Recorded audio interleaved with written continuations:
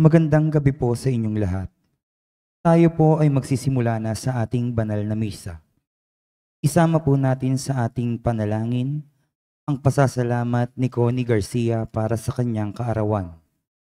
Margie Balawag, Gingab and Marquez family, Elenita Kaskasan and family, Regacho family, Panlake family, Dorado family, Wilma Domingo, Soriano family, Nora and Ryan, Rachel Rodriguez, Luciano family, Dining family, Lino family, Emma Magtagnog, Dolores Casilag, Francisco Casilag, Benito Lim, Edna Laga family, El Amparo family, Arga family, Gillette Yupanco, Luciano family, Mr. and Mrs. Sosilito Bacacao and family, Mr. and Mrs. Ezekiel Posadas Jr. and family.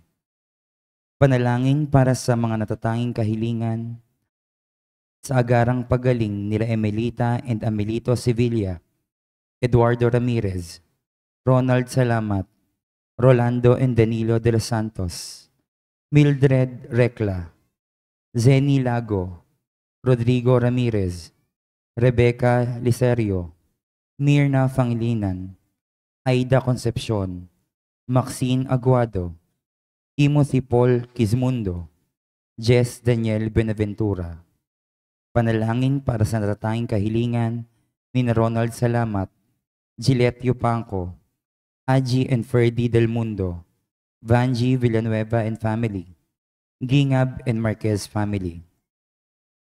Panalangin para sa mga kaluluwa ni Reynaldo Kaskasan, Conrada, Ismael, Rodolfo, Dr. Nixon C., Angelina Pineda, Jovencio Pineda, Martina Regalado, Dustin Kurt Marcos, Natividad Gonzales, Edilberto Gonzales, Consuelo and Teodoro Cordova, Alicia, Monseñor Norberto Habos, Monseñor Pepe Ramirez, Father Angelino De Feo Jr., Father Odon De Castro, Father Eric Santos, Julianito and Lorna Mercado, Rose Harder, Ronaldo Kawachi Sr., Mark Dison, Mariel, Lea May Pantino, Christian, Anthony Vargas, Rosa Haplik, Alberto Maligon, Francisco de Sena,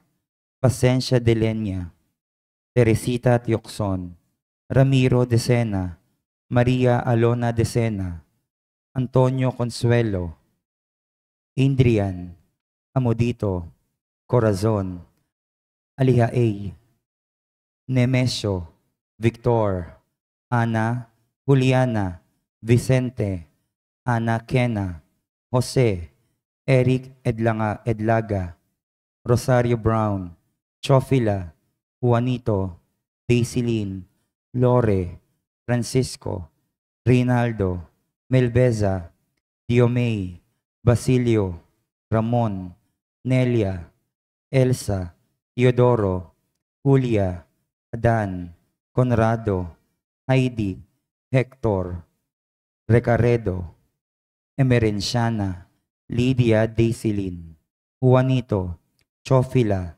Lore, Francisco, Gerardo Sr., William Stone, Teresita and Romeo David, Jose Sr., Roque, Corsino, Rhea, Idelfonsa, Jesus, Erlinda, Johnny, Cleofas, Ernesto, Esperanza, Ernesto Sr., Andres Garcia at Rosario. At para sa mga kaluluwa na mga dating naglilingkod sa ating parokya. Magsitayo po ang lahat para sa orasyon.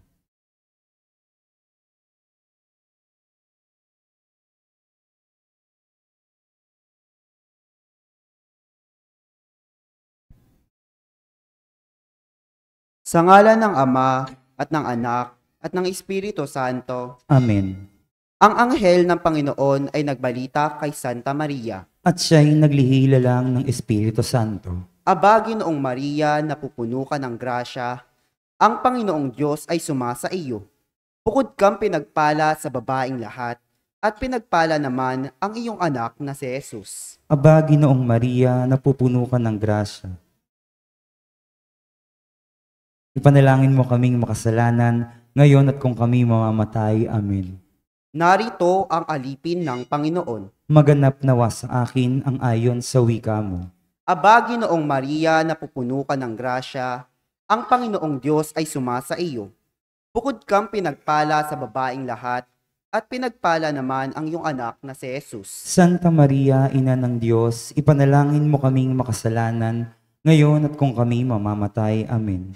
At ang salita ay nagkatawang tao. At nakipamuhay sa atin. Aba, Ginoong Maria, napupuno ka ng grasya, ang Panginoong Diyos ay sumasa iyo.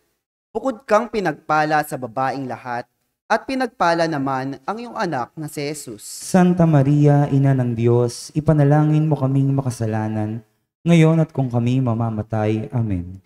Ipanalangin mo kami, o Santa na Ina ng Diyos. Nang kami maging dapat makinabang sa mga pangako ni Kristo. Manalangin tayo. Panginoon naming Diyos, kasiyan mo nawa ang aming mga kaluluwa sa iyong mahal na grasya. At yayamang dahilan sa pamamalita ng anghel, ay nakilala namin ang pagkakatawang tao na Jesucristong anak mo. Pakundangan sa mahal na pasakit at pagkamatay niya sa krus, papakinabangan mo kami ng kanyang pagkabuhay na magmuli sa kadakilaan sa langit, sa pamamagitan ni Jesucristong aming Panginoon. Amen. Luwalhati sa Ama at sa Anak at sa Espiritu Santo, Kapara noong una, ngayon at magpasawalang hanggan. Amen. sa ngalan ng Ama at ng Anak at ng Espiritu Santo. Amen.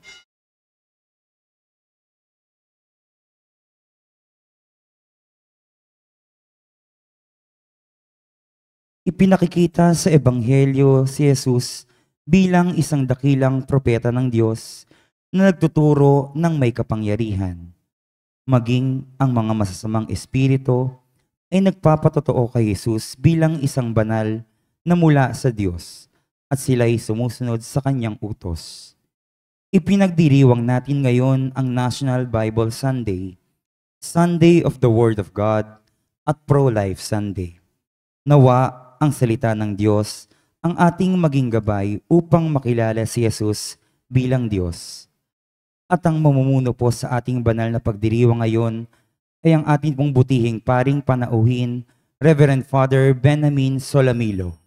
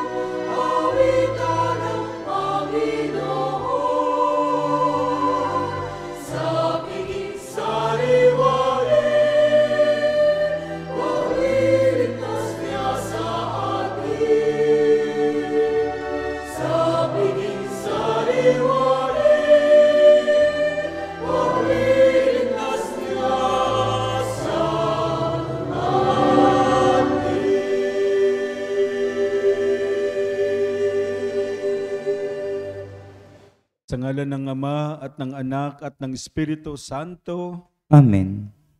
sumainyo ang Panginoon. At sumaiyo rin. Magpasalamat tayo sa Diyos sa araw na itong nagdaan sa lahat ng biyaya at pagpapala na Kanyang kaloob sa atin. Sa misa ngayon, itaas natin sa Diyos ang ating mga hinihiling, ang ating mga intensyon, isama natin sa ating panalangin, ang ating mga mahal sa buhay, ang ating mga kapamilya, kamag-anak, kaibigan, mga taong sumusuporta, tumutulong sa ating nagkakautangan natin ng loob, taong pinangakuan nating ipagdasal, lalo tigit ang mahinat. Tayo ay nasa ika-4 na linggo sa karaniwang panahon upang tayo maging karapat dapat gumanap sa banal na pagdiriwang. Lumapit tayo sa Diyos na may pagsisisi. Aminin muna natin ang ating mga pagkakamali, ating mga nagawang kasalanan. Sabay-sabay tayo, inaamin ko Sa makapangyarihang Diyos at sa inyo mga kapatid, na lubha akong nagkasala sa isip, sa salita at sa gawa, at sa aking pagkukulang.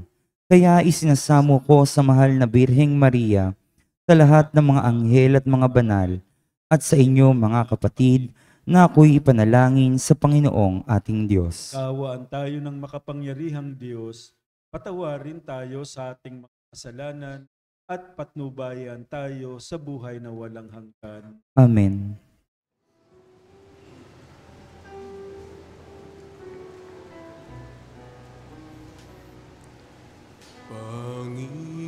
Panginoon, kaawaan mo kami, kaawaan mo kami.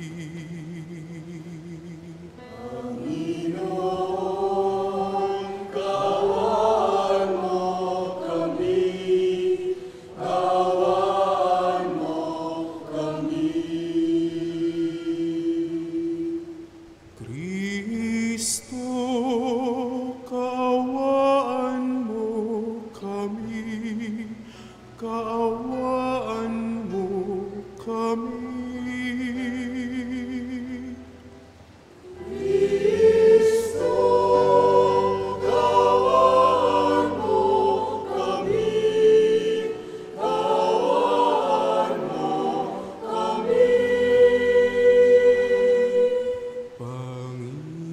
Panginoon, kaawaan mo kami, kaawaan mo kami.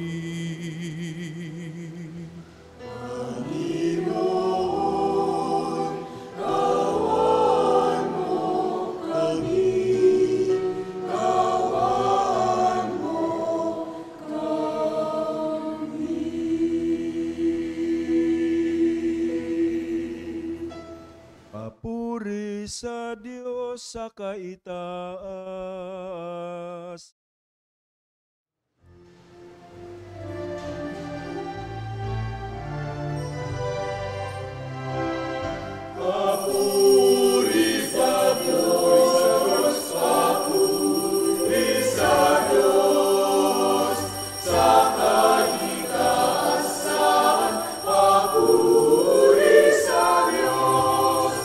Sa lupa'y kapayapaan, sa mga tao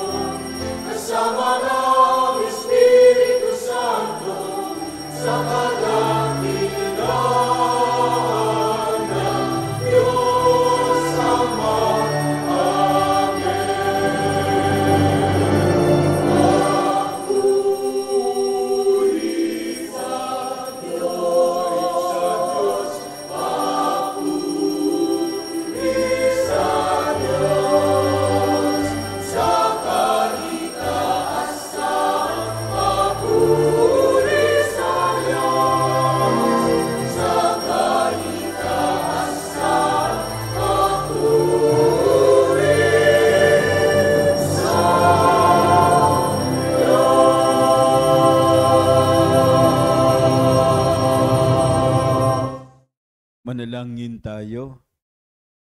Ama naming makapangyarihan, ipagkaloob mong kami makasamba sa iyo ng may loobing taimtim na totoo at kami rin naway pagmahal sa aming kapwa-tao, may damdaming ibinubunsod ng iyong Espiritu. Pamamagitan ni Jesucristo, kasama ng Espiritu Santo, magpasawalang hanggan. Amen. Magsiupo ang lahat. Si Moises ang unang propeta at mambabatas ng Israel. Subalit ipinahayag niya na balang araw, isusugo ng Diyos ang propetang higit pa sa kanya. Natupad ang pahayag na ito sa pagdating ni Jesus.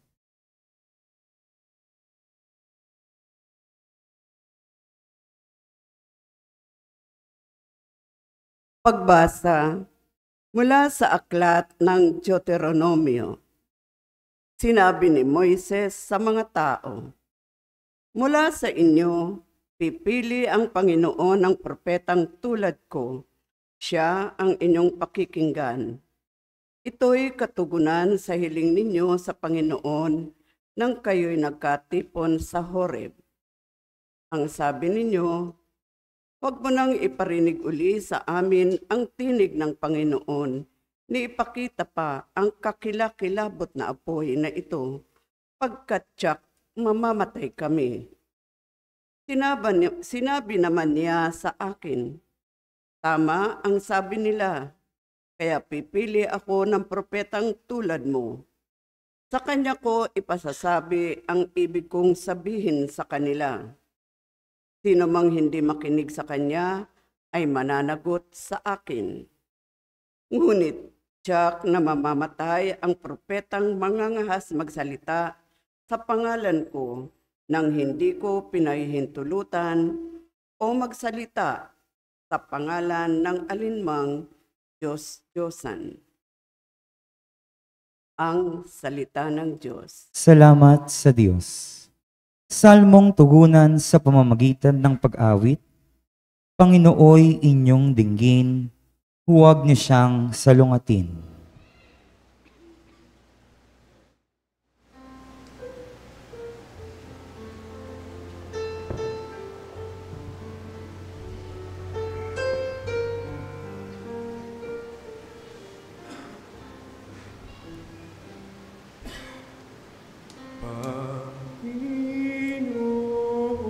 Panginoon, inyong dinggin, huwag niyo siyang salungatin. Panginoon, inyong dinggin, huwag niyo siyang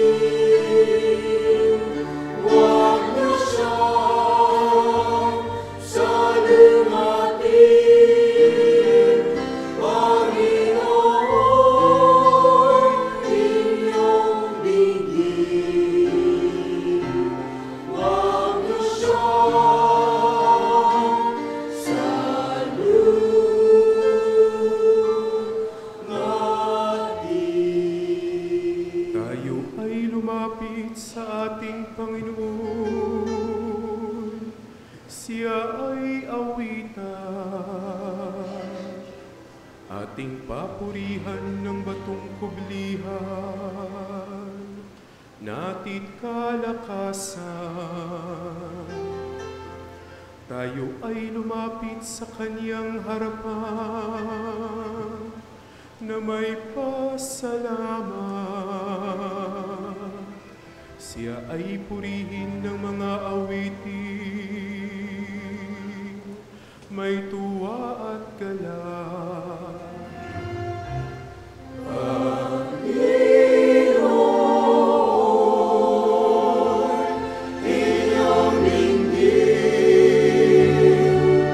Huwag niyo siyang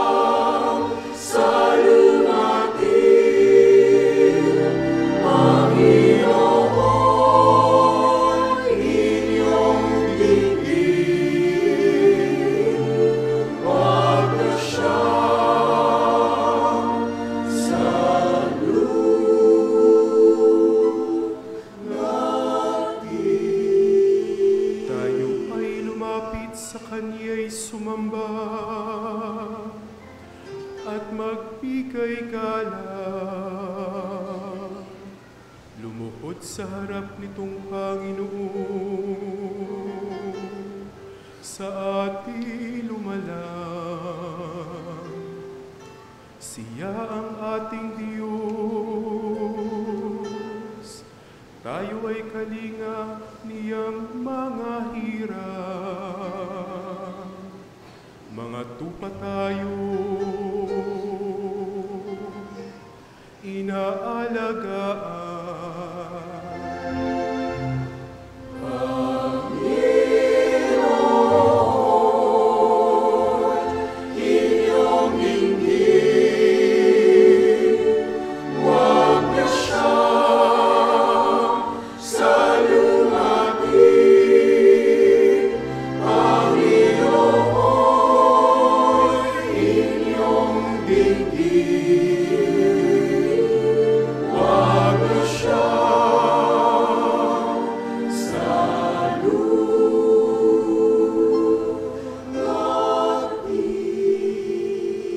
Kaniyang salita ay ating pakinggan. Iyang inyong puso'y huwag patigasin, tulad ng ginawa ng inyong magulang. Nang nasa Meriba, sa ilang ng masa, ako ay tinuksot, doon ay sinubo ng inyong magulang. Bagamat nakita ang aking ginawa, silang nakinabang.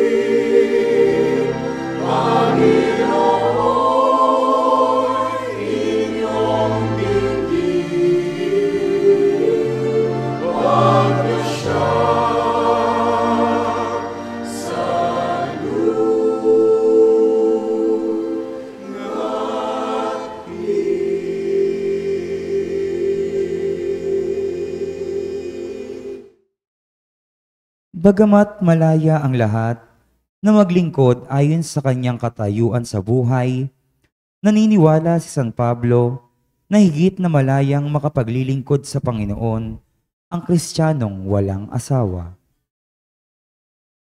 Pagbasa mula sa unang sulat ni Apostol San Pablo sa mga taga-Korinto. Mga kapatid, ibig ko kayong malayo sa mga alalahanin sa buhay.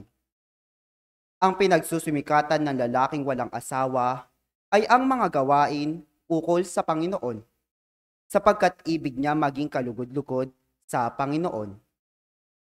Ngunit ang pinagsusumikatan ng lalaking may asawa ay ang mga bagay ng sanlibutan ito, sapagkat ibig niya makapagbigay lugod sa kanyang asawa.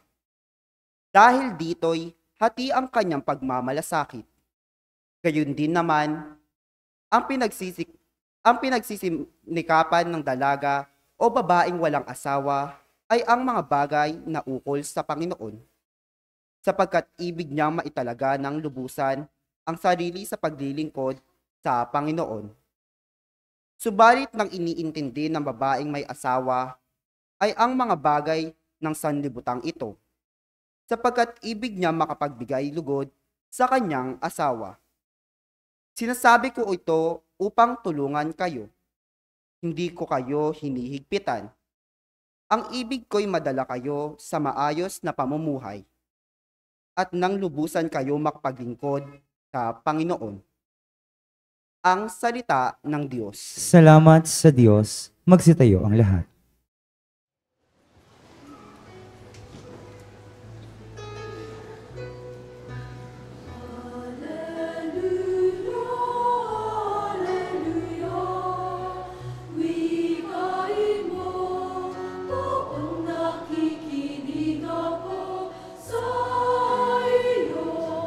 Mga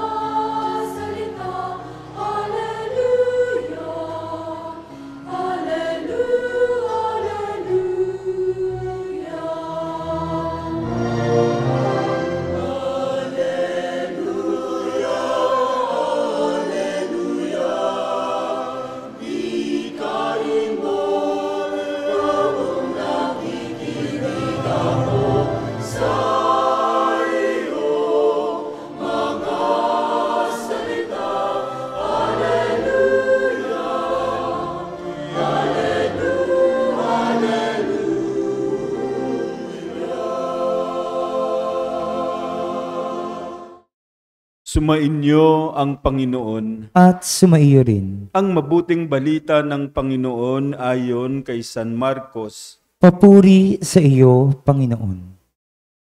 Noong panahong iyon, si Jesus at ang mga alagad ay nagpunta sa Capernaum. Nang sumunod na araw ng pamamahinga ay pumasok si Jesus sa sinagoga at nagturo. Namangha ang mga tao sapagkat nagturo siya sa kanila na parang isang may kapangyarihan at hindi tulad ng mga eskriba.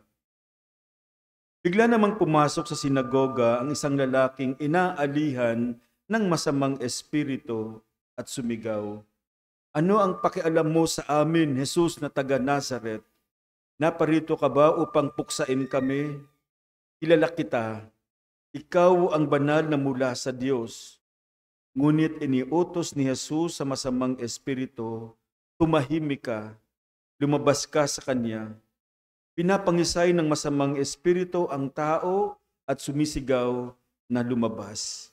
Nang gilalas ang lahat kaya't sila'y nagtanungan, "Ano ito, bagong aral?" Nauutusan niya pati ang masasamang espiritu at sinusunod naman siya. At mabilis na kumalat sa buong Galilea ang balita tungkol kay Jesus. Mga kapatid, ang mabuting balita ng ating kaligtasan. Pinupuri ka namin, Panginoong Hesukristo. Ang kwento ng ating ebanghelyo ay tungkol sa isang lalaking pumasok sa sinagoga na inaalihan ng masamang espiritu at pinalayas ni Jesus ang masamang espiritu. Ito yung isang bagay na minsan tinatawag nating exorcism na hindi natin maintindihan, no? Hindi natin maunawaan. Kasi ang alam lang natin, ang sakit ng tao ay ang physical o ang psychological or mental sickness. Pero kapag sinabi nating spiritual sickness, ano yun? Hindi tayo pamilyar. Hindi natin masyadong alam. No? Familiar tayo ngayon sa viral infection dahil sa naranasan nating COVID-19 sa pandemic. Na pumapasok pala ang virus sa atin through our mouth, through our nose, no? Kaya nagsusuot tayo ng face mask. Alam natin merong infection through sexual contact, no? Pag tayo ay na virus, nakakaramdam tayo ng sakit. Ibang pakiramdam natin, masama ang pakiramdam natin. It's like the virus is controlling us. It's like the virus is taking over us. Parang ganito rin ang spiritual viral infection, except that we are talking about spiritual viruses or unclean spirits. Ang tawag nila noong panahon ni Jesus ay devil possession, no? Inaalihan ng masamang espiritu. Ano ba ang nangyayari kapag we are possessed? Para nawawala tayo sa sarili natin. Pero alam niyo ba, pwede naman tayong lumaban. Paano? How can we win over the spiritual battle? Sa physical nating pangangatawan, meron tayong tinatawag na immunity. No? Dahil alam natin, nakapaligid sa atin ng virus. Not all people get infected kasi may sarili tayong immunity. Natawag nating natural immunity para labanan yung mga virus. Kung meron ganyan sa ating physical, meron din sa spiritual, no? Pag bumababa ang ating immunity, yung ating spiritual immunity, ng physical immunity, may mga dahilan kung bakit tayo nanghihina. Kapag tayo hindi kumakain ng sapat o hindi tamang pagkain natin, kapag tayo ay kulang sa tulog, no? Hindi sapat ang ating pahinga, o di kaya kapag kulang tayo sa exercises, no? Medyo mahina ang katawan natin. On spiritual level, pwedeng ganun din. Kaya kung kailangan ng katawan, ng physical na nourishment, ganun din sa ating spiritual. kailangan din nating inourish ang ating kaluluwa, ang ating spiritual para lumakas. Ano ginagawa natin? Nagsisimba tayo paglinggo at lalo tigit nakikinig tayo sa salita ng Diyos upang tayo ay lumakas. No? Kailangan din ng kaluluwa na alakasin to strengthen our spiritual immunity para maging malakas tayo, makalaban tayo sa mga virus na tinatawag natin spiritual virus. Ang dasal ay kailangan natin para bang we get rested kapag tayo ay nagdadasal. Diba? Pagkatapos mong magdasal, parang feeling mo malakas ka. Lalo kapag nakakunik ka sa Kanya na pinagbumulan ng ating lakas. Karamihan sa atin yung pagdarasal ay isang pamamahinga before the Lord. It keeps you connected with Him. At alam niyo, maraming lumalapit sa mga pari for counseling and confession. Kadalasan, maririnig natin na kaping mga pari, Father, parang may nagbago sa akin. Lalo kapag nakaranas ng hirap, no? Parang hindi na ako ito, Father. Usually, ang tugon namin, pagdarasal. No? Tinatanong nga namin, when was the last time you prayed? Yung heart-to-heart prayer with the Lord. Kasi ang dasal ay tunay kailangan natin si Jesus para tayo ay maging malakas at lumaban sa masasama. Yung spiritual side natin, konektado sa ating psychological and emotional components. Importanteng malaman natin ito dahil manifestation ng spiritual illness, kadalasan yung psychological and emotion natin. Hindi tayo aware na nakaka-open na pala tayo ng ibang tao kapag tayo mahinang ating spiritual natin na buhay. Minsan, hindi natin alam kung bakit ang dali nating magtampo. Ang dali nating magtanim ng galit. O di kaya naiinggit tayo sa mga tao. O nagsiselos ka kaagad. No? Di naman kaya meron kang guilt. Pabalik-balik yung guilt natin. Ito yung mga dynamics na may pagka-psychological and emotional. Kung titingnan natin minsan, ang cause nito ay spiritual. Dahil mahinang ating spiritual na buhay. And bilis-bilis nating magalit, ang bilis-bilis nating magtampo. Kaya kailangan malaman natin ito, madiscover natin ito. Kasi it is caused sometimes by bad spirits and we are possessed by it. Pero kapag sinabi natin yan sa mga tao ngayon, sasabihin sa atin, hindi na uso yan, Father. No? Yung spiritual nating nasabi, yung spiritual healing, it is just reduced to psychological problem or mental problem. Bibigyan lang tayo ng psychotherapy. Pero ang kinakailangan pala natin ay spiritual healing. Ano itong spiritual healing? Nabanggit ko kanina na maraming instances sa buhay natin na we don't seem to be in control. Parang wala tayo sa sarili natin. Kaya nga, sabi ko, ang bilis nating magtampo, magalit. Halimbawa, si Pedro, pinagalitan siya ni Jesus. Ang sabi sa kanya, get behind me, Satan. Parang tinawag niyang Satanas si Pedro. Kung madaling magtampo si Pedro, umalis na agad siya sa grupo. Kasi tinawag siyang Satanas. Pero Jesus was addressing Satan in Peter. Parang it's a form of exorcism. Parang sinasabi ni Jesus sa kanya, you don't take over this man. He is my friend. Kaya get away o get behind me, Satan. Ganon din kay Judas. Nung ginawa niyang act of betrayal, sabi sa Biblia, kung pag binasa natin ito, bago niya ginawa yung act of betrayal, ang sabi doon, Satan entered into Judas. Parang may pumasok kay Judas. Kaya nung sinabi ng Biblia ito, parang it's our cue for saying, wala sa sarili niya si Judas. So we cannot totally blame, we cannot totally condemn Judas. Kadalasan, people are not fully responsible for their behavior kasi nga, there are other forces who are in control of them. Kaya nga, kapag sila ay pinagaling ni Jesus, parang nahihimasmasan sila. At gustong-gusto ko yung salitang nahimasmasan. Halimbawa, parang ito yung physical, sa ating physical na level, pag diabetic ka, marami siguro dito may iniinom na gamot para bumaba yung ating sugar. Kapag diabetic tayo, meron tayong tinatawag na hypoglycemia. Kapag bumaba ang sugar, napapass out ang tao, di ba? Kaya anong gamot doon? Binibigyan ng konting sugar ng matamis para mahimasmasan. Dito, we are not talking about physical, we are talking about spiritual na mahimasmasan. At merong ginagawa si Jesus para mahimasmasan ang tao. Una, pinapatawad ni Jesus ang kasalanan. Unang strategy o unang approach niya is forgiveness.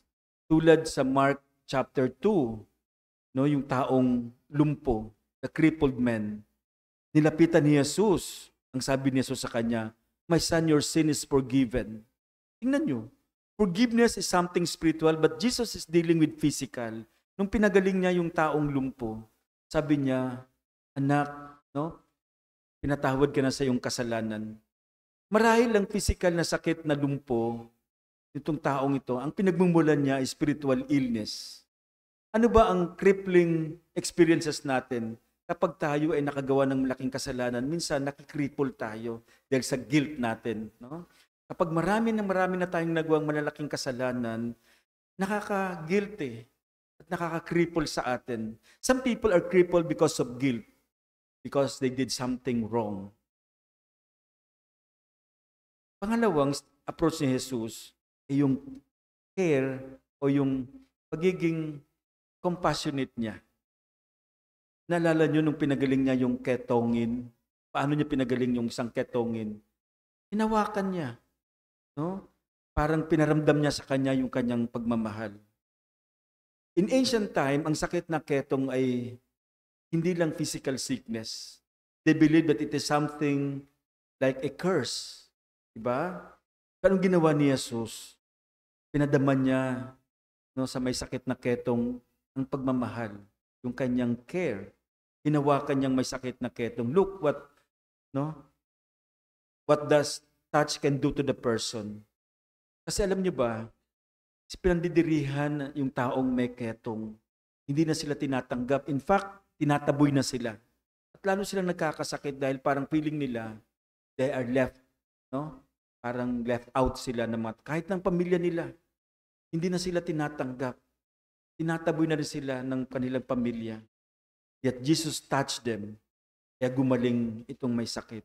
Nakakagaling pala kapag pinaramdam natin sa isang tao, natanggap natin siya. Tanggap ka kahit na ikaw may sakit.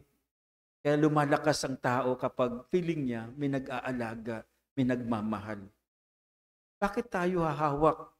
Bakit tayo hahawak sa may sakit? Kasi natatakot tayo, Bakit ka hahawak? Baka ka mahawa, We might contract the disease. Pinakakalimutan natin kung nakakahawa ang sakit, kung nakakahawa ang masama, mas nakakahawa ang kabutihan. Ang bilis natong umiwas, hindi natin alam, may power pala ang goodness. May power pala yung God's grace. Kaya kung mas nakakahawa ang sama, tandaan lagi natin, mas nakakahawa ang kabutihan. Lagi nating ipakita ang kabutihan sa masama dahil mahahawa natin sila sa ating kabutihan. Minsan ang approach ni Jesus ay simple reasoning. Yung kanyang pananalita. Napakahusay niya magsalita. Kasi ang sakit ng tao kadalasan ay yung katigasan ng ulo, katigasan ng puso. Diba? Kaya kailangan nilang sarado yung isip nila. That is the manifestation of possession. Kapag hindi na nakikinig, ang gamit ni Jesus ay ang kanyang pananalita. Diba kapag nakarinig tayo ng magandang pananalita, lalo na't kapag galing sa Biblia, nakakaramdam tayo ng kagaanan ng loob. Nahimasmasan tayo kapag narinig natin ang salita ng Diyos. Kaya, we need to understand tayo may masmasan sa ating minsan sa physical nating sakit ay dahil sa ating spiritual na buhay. Mahina. Itong hamon sa ating linggo, palakasin natin ng buhay pananampalataya upang sa ganun, Di tayo maalihan ng masasama. Ha? Ang hamon ng Jesus sa atin, ipakita natin sa kanila pagmamahal, ang salita ng Diyos, lalo tigit ang salita ng Diyos. Kaya sa tuwing linggong tayo nagsisimba, nakikinig tayo sa salita ng Diyos upang lumakas ang ating buhay pananampalataya. Maya-maya kakain tayo ng katawan ng Jesus. Mas nakakalakas to sa atin ang katawan ni Kristo. Hamon sa atin ngayong linggo ng Ebanghelyo. Amen? Magsitayo tayong lahat at sabay-sabay nating pahayag ang ating pananampalataya. Sumasampalataya ako Sa Diyos Amang makapangyarihan sa lahat, na may gawa ng langit at lupa. Sumasampalataya ako kay Jesucristo, iisang anak ng Diyos, Panginoon nating lahat. Nagkatawang tao siya, lalang ng Espiritu Santo. Ipinanganak ni Santa Mariang Birhen. Pinagpakasakit ni Poncio Pilato. Ipinako sa krus, namatay, inilibing. Nanaog sa kinaroroonan ng mga yumao. Nang may ikatlong araw na buhay na mag-uli, umakyat sa langit. Naluluklok sa kanan ng Diyos Amang makapangyarihan sa lahat. Doon magmumulang paririto at hukom sa nangabubuhay at nangamatay na tao. Sumasampalataya naman ako sa Diyos Espiritu Santo, sa banal na simbahang katolika, sa kasamahan ng mga banal, sa kapatawaran ng mga kasalanan, sa pagkabuhay na muli ng nangamatay na tao, at sa buhay na walang hanggan. Amen. Dumalangin tayo sa Diyos Ama na bigyan tayo ng panibagong buhay kay Kristo, ang salitang nagkatawang tao, na siyang dumating upang magpagaling, magpatawad at ialay ang kanyang buhay para sa lahat. Taimtim tayong manalangin at sa bawat panalangin ng ating tutugon, Panginoon, buhay na salita, dinggin mo ang aming panalangin. Panginoon, buhay na salita, dinggin mo ang aming panalangin. Patuloy nawang mag-unas ang Santo Papa, mga obispo, mga pari, mga diakono at mga relihiyoso sa pagpapalaganap ng salita ng Diyos sa pamamagitan ng taimtim na pagbabasa at pagsasabuhay nito. Manalangin tayo. Panginoon, buhay na salita, dinggin mo ang aming panalangin. Makinig nawa ang mga namumuno sa pamahalaan at sandatahang lakas sa salita ng Diyos at itaguyod ito sa kanilang pagtatanggol ng buhay ng bawat mamamayan, lalo na ang mga walang tinig at inaapi. Manalangin tayo. Panginoon, buhay na salita, dinggin mo ang aming panalangin. Pahalagahan nawa ng kabataan ang kanilang oras at buhay at gugulin nawa nila ang kanilang mga malayang sandali sa pakikinig, pagbabasa at pagbabahagi ng salita ng Diyos. Manalangin tayo. Panginoon, buhay na salita, dinggin mo ang aming panalangin. Magdulot nawa ang salita ng Diyos ng lakas at pag-asa sa mga nagdadalamhati, mga dukha, mga may sakit at may kapansanan, at ang iba pang mga nagdurusa. Manalangin tayo. Panginoon, buhay na salita, dinggin mo ang aming panalangin. Naway mabatid natin ang ating kakulangan sa pangangalaga at pagsasaalang-alang sa ating pangkalahatang tirahan at sa mga kasama nating tumitira dito, upang tayo'y maging mas mapag-arugat, maunawain. Manalangin tayo. Panginoon, buhay na salita, dinggin mo ang aming panalangin. Sa sandali ng katahimikan, isama natin ang ating mapansarili. Mapagmahal na Ama, dinggin mo ang iyong bayan, bigyan mo kami ng lakas at tapang na tanggapin ang iyong paanyayang ipahayag ang paghahari mo sa pamamagitan ng aming salita at ang alang kay Kristong aming Panginoon. Amen. Magsiyo po ang lahat.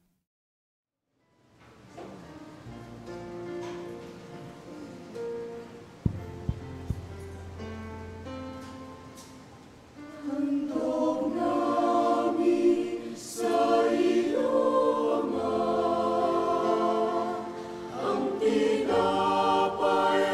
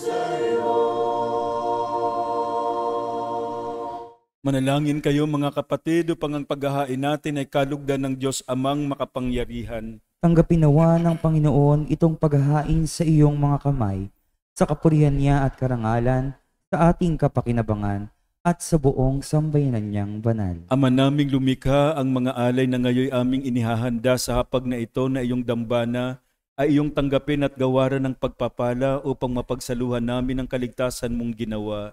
Sa pamamagitan ni Jesucristo kasama ng Espiritu Santo, magpasawalang hanggan. Amen. Sumainyo ang Panginoon. At sumaiyo rin, Itaas sa Diyos ang inyong puso at diwa. itinaas na namin sa Panginoon. Pasalamatan natin ang Panginoong ating Diyos. Marapat na siya ay pasalamatan. Ama naming makapangyarihan, tunay ngang marapat na ikaw ay aming pasalamatan sa pamamagitan ni Jesucristo na aming Panginoon. Siya ay naging kapwa naming maaasahan upang may mangunang umako sa pananagutan dahil hangad mong magbago ang kinamias ng pagkanya-kanya ng sangkatauhan. Bunga ng pagtitiis siya ay nanaig at ang kamatayan ay kanyang nalupig, kaya't siya ang aming daan para aming masapit ang iyong tapat at maasahang pag-ibig. Kaya kaisa ng mga anghel na nagsisiawit ng papuri sa iyo nang walang humpay sa kalangitan, kami nagbubunyi sa iyong kadakilaan.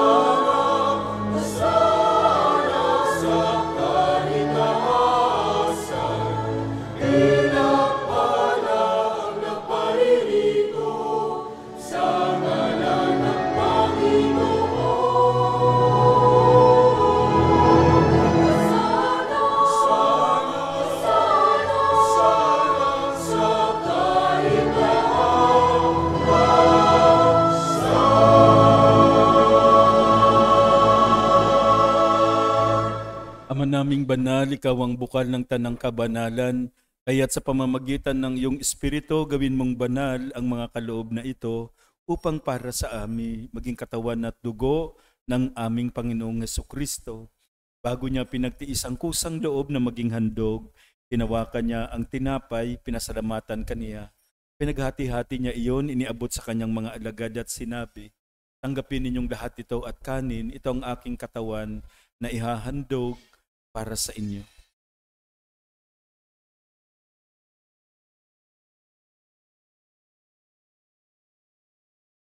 Kaya hindi naman nung matapos ang hapunan, hinawakan niya ang kalis, muli kanyang pinasalamatan. Iniabot niya ang kalis sa kanyang mga alagad at sinabi, "Tanggapin ninyong lahat ito at inumin. Ito ang kalis ng aking dugo, ng bago at walang hanggang tipan. Ang aking dugo na ibubuhos para sa inyo at para sa lahat sa kapagpapatawad ng mga kasalanan. Gawin ninyo ito sa pag-alaala sa akin."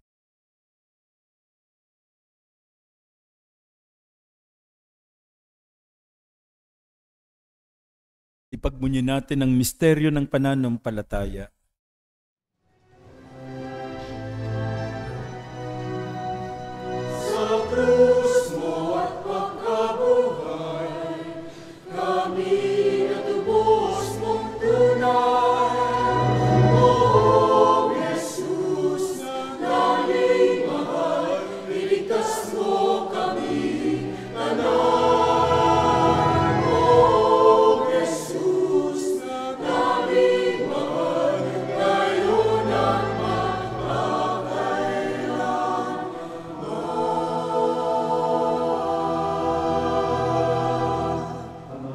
Namin ngayon ang pag-alaala sa pagkamatay at muling pagkabuhay ng iyong anak, kaya't iniaalay namin sa iyo ang tinapay na nagbibigay buhay at ang kalis na nagkakaloob ng kaligtasan.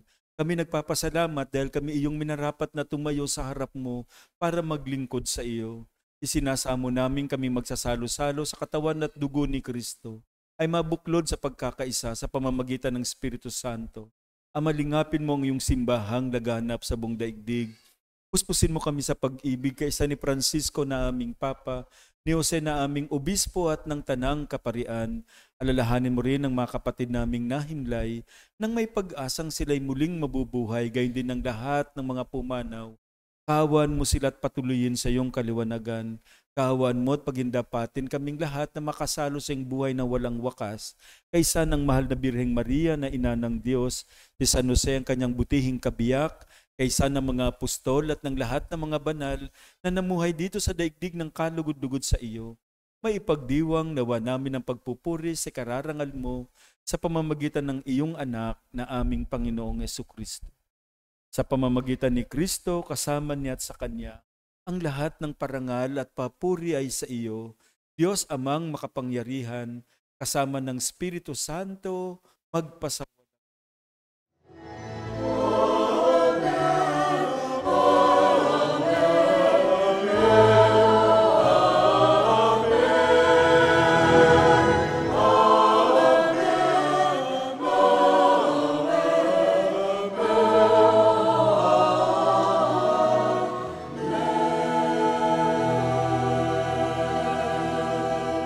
Tagbubili naman nakagagaling na utos sa turo ni Jesus na Panginoon natin at Diyos, ipahayag natin ng lakas loob.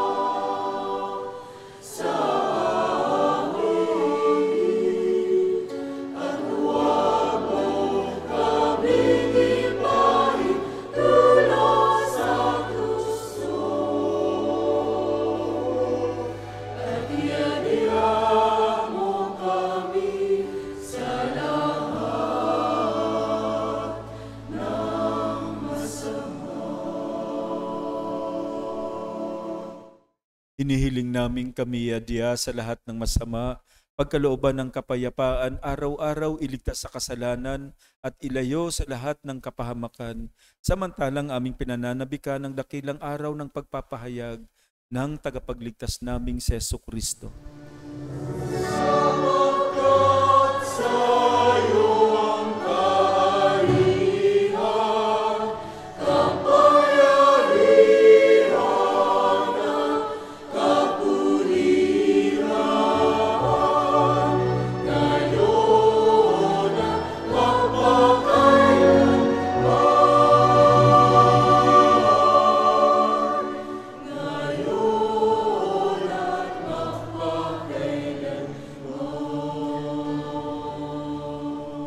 Panginoong Jesucristo, sinabi mo sa iyong mga apostol, kapayapaan ang iniiwan ko sa inyo, ang aking kapayapaan ang ibinibigay ko sa inyo. Tunghayan mong aming pananampalataya at wag ang aming pagkakasala. Pagkalooban mo kami ng kapayapaan at pagkakaisa ayon sa iyong kalooban, kasama ng Espiritu Santo, magpasawalang hanggan. Amen. Ang kapayapaan ng Panginoon ay laging sumainyo. At sumaiyo rin. Magbigayan kayo sa kapayapaan sa isa't isa. Peace, peace, peace sa inyong lahat po.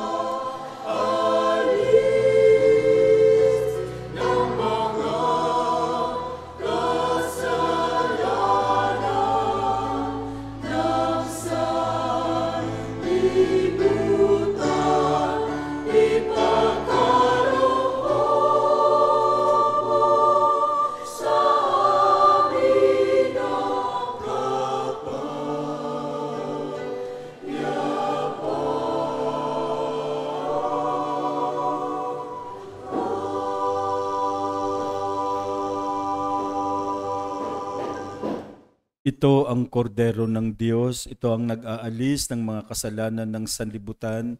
Mapalad tayong inaanyayahan sa kanyang piging.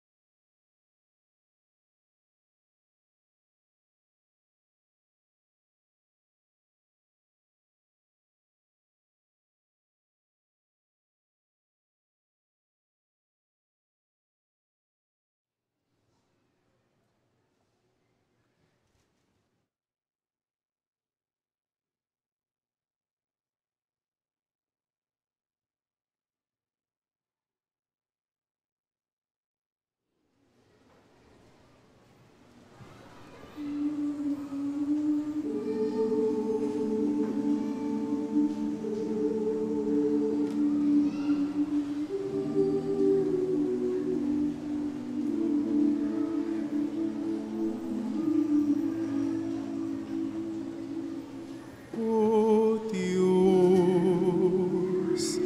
Ikaw ang laging hanap.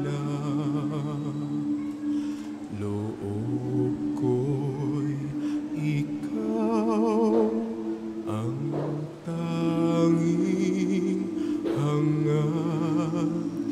Nauuhaw ako parang tikang na lupa sa tubig ng iyong pag-aaruga.